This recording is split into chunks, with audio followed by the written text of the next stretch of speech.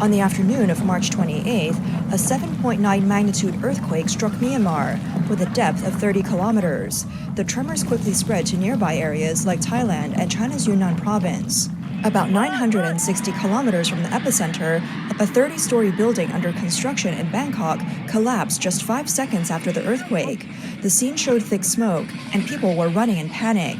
While the world focused on the strong earthquake in Myanmar, the collapsed building in Bangkok became an unexpected center of attention. It turns out that this building was constructed by China Railway 10th Bureau, CR10, a Chinese company. It was called a Chinese Overseas Construction Showcase. Now it seems to be another powerful example of the Chinese Communist Party's shoddy construction projects being exported abroad.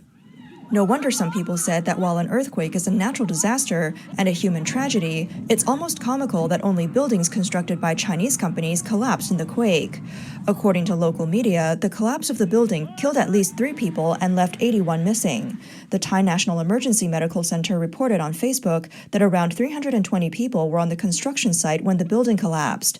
20 people were trapped in the elevator shaft. 50 people were injured in the earthquake, with 40 of them being sent to hospitals. The collapsed building was meant to be the new office building for Thailand's Office of the Auditor General. It was located in the Chatuchak district of Bangkok. The total budget for the building was 2.1 billion Thai baht, or around 62 million US dollars. It was being built by a joint venture between China Railway 10th Bureau Thailand Company Limited and Italy's Italian Development Company Limited. The building was designed to be 137 meters tall, and construction started in 2020. Work was paused due to the COVID-19 pandemic, but the main structure was completed by March 31, 2024. This 30-story building used a unique core tube plus beamless floor structural system, a design that previously caused major safety concerns in Miami, Florida. Experts say that while this system offers high space efficiency, it poses special challenges for earthquake resistance. The collapse of a condominium in Miami in 2021, which resulted in 98 casualties, was caused by similar beamless floor systems that failed during a strong earthquake. When the earthquake happened, Chinese authorities reported that the construction progress was only 30%, which contradicted earlier statements that the building had been topped out. It's worth noting that the China Railway 10th Bureau celebrated the completion of the main structure in April 2024. However, after the incident, they immediately deleted the related article. If the structure had truly topped out in April 2024, then by March 2025, the building should not have only reached 30% completion. One possibility is that the topping out referred only to the core tube or part of the structure reaching the top, not the completion of all floors. Another possibility is that the promotion exaggerated the actual progress. The removal of a celebratory article by China Railway 10th Bureau has been interpreted as a sign of guilt. There are also questions about whether the collapse of the Thai Auditor General's building was related to its construction phase and the quality of the design and construction. Were the concrete strength standards met? Was the steel reinforcement properly arranged? With only 30% of the construction completed, the earthquake resistance system was not yet fully formed, yet they were calling it topped out. The Thai government has declared a state of emergency, and the subsequent investigation may focus on the rationality of the design, construction execution, and management coordination. If it is found that the Chinese company made significant mistakes, it will not only face financial compensation, but also damage its reputation in the Southeast Asian market. As of now, China Railway 10th Bureau has not made an official response to the incident. According to publicly available information, high-rise buildings in Thailand must meet a seismic resistance requirement for magnitude 8 earthquakes, but the earthquake in Myanmar was 7.9, clearly indicating that the building's earthquake resistance was insufficient. Comments from Thai netizens on social media reflect widespread dissatisfaction. They said, "Chinese construction quality is a joke. Chinese companies boast about their technological superiority, but who can still trust such quality? The only building that collapsed was built by a Chinese company. How ironic." This incident has also sparked heated discussions among Chinese netizens. The former editor-in-chief of Global Times, Hu Xijing, exclaimed, "This is the most tragic scene of a building collapsing from an earthquake I've ever seen in real-time news."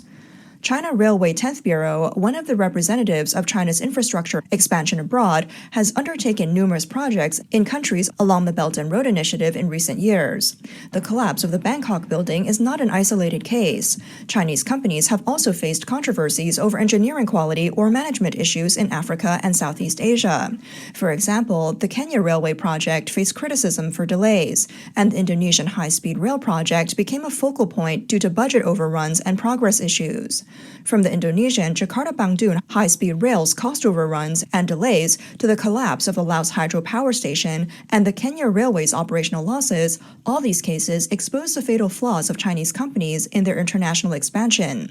They emphasize speed over quality and publicity over responsibility. The significance of the Bangkok incident is particularly striking. It is the first super high-rise building built by a Chinese company overseas, yet it collapsed in just 5 seconds. This incident directly challenges the image of China's infrastructure being far ahead. This incident is not only an engineering disaster, but also a setback for the international image of Chinese infrastructure. Following the strong earthquake in Myanmar, several regions have declared a national state of emergency. According to the U.S. Geological Survey, the earthquake occurred at 12:50 p.m. local time on March 28th, with a magnitude of 7.7 on the Richter scale. The epicenter was located 16 kilometers northwest of the city of Sagaing, near Myanmar's second-largest city, Mandalay, and about 100 kilometers from the capital, Naypyidaw. The earthquake's depth was 10 kilometers. This earthquake was a shallow source quake, releasing a powerful amount of energy and affecting a wide area. According to the Thailand Meteorological Department's Earthquake Monitoring Center, by 5:30 p.m. local time on March 28th, the strong quake had triggered 19 aftershocks, ranging from magnitudes of 3 to 7.1. At 2:20 p.m. Beijing time on March 28th, several areas in Yunnan Province, China, also felt the tremors from the strong earthquake in Myanmar. According to reports from China's Central Television, the earthquake in Myanmar was strongly felt in areas across Yunnan, including Sichuan-Banna, Dehong, Lijiang, Baoshan, and Dali, as well as in Guizhou and Guangxi provinces. The intense shaking caused noticeable tremors in Dehong Prefecture, especially in the city of Ruili. A video circulating online shows a building in the center of Ruili where the water tank on top of the multi-story building collapsed due to the shaking, and a large amount of water poured down like a waterfall. People panicked and tried to escape, but the water quickly overwhelmed them, and many were swept away by the surge, pushing them toward the street. A woman recalled that she saw the whole building shaking and heard strange noises due to the earthquake. Then water and sand began rushing down. She said, "It just overwhelmed us. We were scared." She said that when the water stopped, she saw some people had been injured by falling debris. The whole scene was chaotic. At 3:15 p.m. on March 28th, Mr. Chen, a staff member at a hotel in the building, said the tremors had been felt about a half hour earlier. He recalled, "It started in the lobby, then the whole building started to shake. The shaking grew stronger, and things started falling from the 31st floor. Everyone rushed out." Mr. Chen said that, apart from a few residents, all the hotel guests had been evacuated by firefighters. He said, "I only saw an elderly gentleman with an injured arm." The building was still experiencing aftershocks, and the area had been blocked off by firefighters. In another video, a woman is heard saying, "Wow, it was instantly leveled to the ground. My God." The video from another angle shows the crowd fleeing, while huge dust clouds and falling debris pour down from above. Videos also show dust flying in the streets of Ruili, as residents fled from tall buildings. Utility poles had collapsed, and emergency evacuation procedures were quickly implemented. One resident said, I remember, the house was shaking. I was on a motorcycle, and it felt like I was being tossed around. In a report by New Beijing News, Mr. Zhang, a Ruili resident, mentioned that he clearly felt the tremors while riding his bike, and the trees and buildings by the road were swaying. People rushed out of their homes and gathered in open spaces to seek safety. Zhang told reporters that the beams in his house had cracked, and nearby shopping mall parking garages had collapsed. Mr. Ye, who was in Ruili during the earthquake, said that he had gone to his company to pick up something and was about to get into his car when he noticed that the car was shaking. He quickly realized it was an earthquake, and the shaking grew stronger. He ran out immediately and saw people from the upper floors also running down. Mr. Ye said, "Now everyone is outside. I don't know what to do. I'm just waiting in an open area for now." After the earthquake, a netizen in Ruili said, "It calmed down for a while, but then it started shaking again. I'm too scared to sleep tonight." The cracks in the houses may worsen due to aftershocks. According to the official announcement from Ruili, Yunnan, 458 households and 1,705 people were affected by the Myanmar earthquake. 2 people were slightly injured, and some buildings experienced falling debris. Some high-rise buildings and old houses were partially damaged.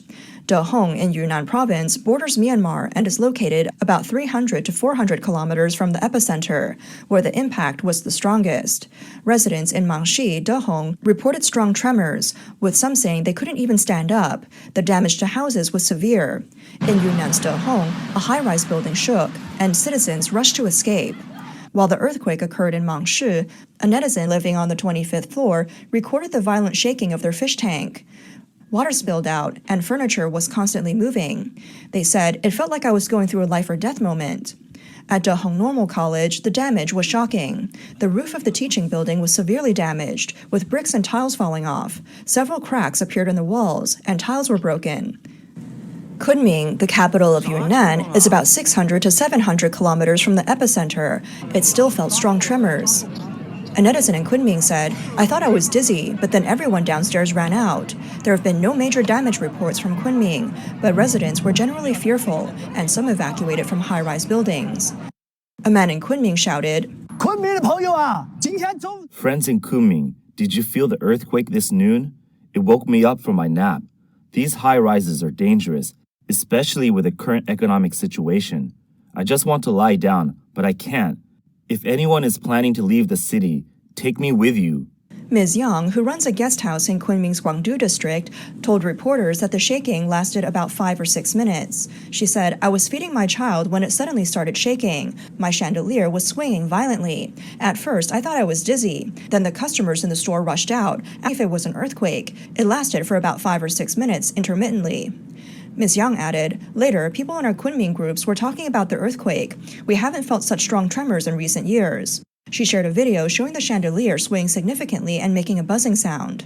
Lijiang, located in the northwest Yunnan Plateau, experienced significant tremors. Residents described the shaking of wooden houses, with some feeling dizzy and nauseous. Tourist attractions such as Lijiang Old Town have not reported any damage, but tourists may have evacuated due to the tremors. Baoshan, located near the Myanmar border in Yunnan, also felt strong tremors. Videos online show indoor items shaking, and some older houses had cracks in their walls.